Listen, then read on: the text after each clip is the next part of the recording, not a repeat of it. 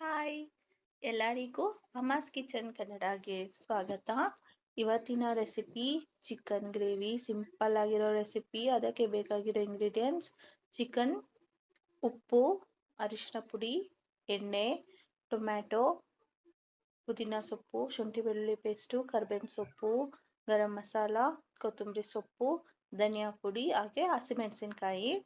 ಇಷ್ಟೇ recipe, simple ಆಗಿರೋ recipe. ಈಗ ನಾನು ಕುಕ್ಕರಲ್ಲಿ 2 ಸಲ ಚಿಕನ್ ಚೆನ್ನಾಗಿ ತೊಳ್ಕೊಂಡು ಇಟ್ಕೊಂಡಿದ್ದೀನಿ. ಅದನ್ನು ಕುಕ್ಕರಿಗೆ ಹಾಕಿ 2 ವಿಸಲ್ ತಗೊಳ್ಳೋಣ. ನಾನೀಗ ಚಿಕನ್ನಿಗೆ ಅರಿಶಿನ ಪುಡಿ 1 ಚಮಚದಷ್ಟು ಅರಿಶಿನ ಪುಡಿ ಹಾಕ್ತಿದ್ದೀನಿ. ಹಾಗೆ ಒಂದು ಅರ್ಧ ಚಮಚದಷ್ಟು ಉಪ್ಪು ಸೇರಿಸ್ತಿದ್ದೀನಿ. ಇದೆರಡನ್ನು ಮಿಕ್ಸ್ ಮಾಡಿಕೊಂಡು ಈಗ ಇದು ಚಿಕನ್ ಮುಳುಗುವಷ್ಟು ನಾನು ನೀರು ಹಾಕೋತೀನಿ. ಚಿಕನ್ ಮುಳುಗುವಷ್ಟು ನೀರು ಹಾಕ್ಕೊಂಡು 2 ವಿಷಲ್ ತಗೋತೀನಿ. ಚಿಕನನ್ನು 2 ವಿಷಲ್ ತಗೊಂಡು ಇಟ್ಕೊಂಡ್ರೆ ರೆಸಿಪಿ ತುಂಬ ಬೇಗ ಆಗುತ್ತೆ. ಈಗ ಒಂದು ಕಡಾಯಿ ಇಟ್ಕೊಂಡು ಅದಕ್ಕೆ ಸ್ವಲ್ಪ ಎಣ್ಣೆ ಹಾಕೋತಿದ್ದೀನಿ. ಎಣ್ಣೆ ಸ್ವಲ್ಪ ಬಿಸಿ ಆದಮೇಲೆ ಅದಕ್ಕೆ ಶುಂಠಿ ಬೆಳ್ಳುಳ್ಳಿ ಪೇಸ್ಟು 1.5 ಚಮಚದಷ್ಟು ಹಾಕೋತಿದ್ದೀನಿ. ಅದು ಸ್ವಲ್ಪ ಶುಂಠಿ ಬೆಳ್ಳುಳ್ಳಿ ವಾಸನೆ ಹೋಗೋವರೆಗೂ ಸ್ವಲ್ಪ ಫ್ರೈ ಮಾಡ್ಕೊಡ್ಬೇಕು. ಅದಾದಮೇಲೆ ಅದಕ್ಕೆ ನಾನಿವಾಗ ಸ್ವಲ್ಪ ಈರುಳ್ಳಿ, ಅರ್ಧದಷ್ಟು ಈರುಳ್ಳಿ ಹೆಚ್ಕೊಂಡು ಇಟ್ಕೊಂಡಿದ್ದೀನಿ. ನಾನಿಲ್ಲಿ ಅರ್ಧ ಈರುಳ್ಳಿ ಅಷ್ಟೇ ತೊಗೊಂಡಿರೋದು.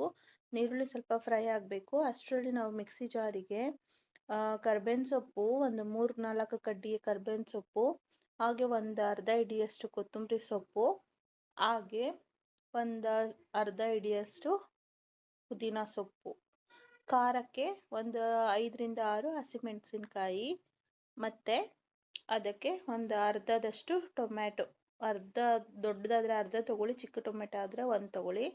ಈಗ ನೋಡಿ, ಈರುಳ್ಳಿ, ಶುಂಠಿ ಬೆಳ್ಳುಳ್ಳಿ ಈ ಥರ ಫುಲ್ ಫ್ರೈ ಆಗಿದೆ. ಈಗ ಅದಕ್ಕೆ ಬೇಯಿಸಿಟ್ಕೊಂಡಿರುವಂತಹ ಚಿಕನನ್ನು ಮಿಕ್ಸ್ ಮಾಡ್ಕೊಳ್ಳೋಣ.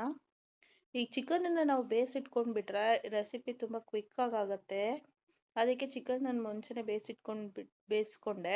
ಈಗ ನೋಡಿ, ಇದಕ್ಕೆ ನಾನು ಸ್ವಲ್ಪ ಗರಂ ಮಸಾಲ ಪುಡಿ ಅರ್ಧ ಚಮಚ, ಹಾಗೆ 1 ಚಮಚದಷ್ಟು ಧನಿಯಾ ಪುಡಿ ಸೇರಿಸ್ಕೊತಿದ್ದೀನಿ. ಅದು ಸೇರಿಸ್ಕೊಂಡ್ಮೇಲೆ ನೀಟಾಗಿ ಮಿಕ್ಸ್ ಮಾಡಿಕೊಂಡು ಅದು ಸ್ವಲ್ಪ ನಾವು ಬೇಯಬೇಕಲ್ವ ಚಿಕನ್ನು. ಆ ಚಿಕನ್ ಬೇಯೋಕ್ಕೆ ನಾವು ಮಸಾಲೆ ಹಾಕಿಬಿಟ್ಟು ಅದಕ್ಕೆ ಸ್ವಲ್ಪ ನೀರು ಹಾಕಬೇಕು. ನೋಡ್ಕೊಂಡು ನೀರು ಹಾಕಿ. ನೀರು ಅವಶ್ಯಕತೆ ಇಲ್ಲ ಅಂದರೆ ನೀರೇನು ಹಾಕೋದು ಬೇಡ, ಅದು ಮಸಾಲೆಯಲ್ಲೇ ಬೆಂದ್ಕೊಳ್ಳುತ್ತೆ. ನನಗೆ ಸ್ವಲ್ಪ ಚಿಕನ್ ಬೇಯಬೇಕಾಗಿತ್ತು, ಅದಕ್ಕೆ ನಾನು ಒಂದು ಅರ್ಧ ಲೋಟದಷ್ಟು ನೀರು ಹಾಕ್ಕೊಂಡಿದ್ದೀನಿ. ಆ ನೀರೆಲ್ಲ ಡ್ರೈ ಆದರೆ ನಿಮಗೆ ಚಿಕನ್ ಗ್ರೇವಿ ರೆಡಿ ಆಗುತ್ತೆ. ನೋಡಿ, 5 ನಿಮಿಷ ಸಾಕು ಈ ಚಿಕನ್ ಗ್ರೇವಿ ಮಾಡ್ಕೊಳ್ಳೋಕ್ಕೆ. ಇದು ನೀವು ಚಪಾತಿ ಜೊತೆ, ದೋಸೆ, ಇಡ್ಲಿ, ಅನ್ನ, ಪರೋಟ ಎಲ್ಲ ಜೊತೆನೂ ಕಾಂಬಿನೇಷನ್ ಸೂಪರ್ ಆಗಿರುತ್ತೆ. ಇಲ್ಲಿ ನನಗೆ ಉಪ್ಪು ಒಂಚೂರು ಬೇಕನ್ನಿಸ್ತು, ಅದಕ್ಕೆ ನಾನು ಸ್ವಲ್ಪ ಉಪ್ಪು ಹಾಕ್ಕೊಂಡೆ. ನೋಡಿ, ರೆಡಿ ಆಯಿತು ಚಿಕನ್ ಗ್ರೇವಿ. ಇಷ್ಟೇ, ಅದು ಸ್ವಲ್ಪ ಎಣ್ಣೆ ಬಿಡ್ತಂದರೆ ರೆಡಿ ಆಗುತ್ತೆ. ಸೂಪರ್ ಆಗಿರೋ ರೆಸಿಪಿ, ತುಂಬ ಚೆನ್ನಾಗಿದೆ. ಎಲ್ಲರೂ ಟ್ರೈ ಮಾಡಿ. ನೋಡಿ, ನಾನು ಬಟ್ಲಿಗೆ ತಗೋತಿದ್ದೀನಿ, ಸರ್ವ್ ಮಾಡಿಕೊಂಡೆ. ಚೆನ್ನಾಗಿ ಬಂದಿದೆ ರೆಸಿಪಿ. ಟ್ರೈ ಮಾಡಿ ಎಲ್ಲರೂ. ಹಾಗೆ ನನಗೆ ಕಮೆಂಟ್ ಮಾಡಿ ತಿಳಿಸಿ.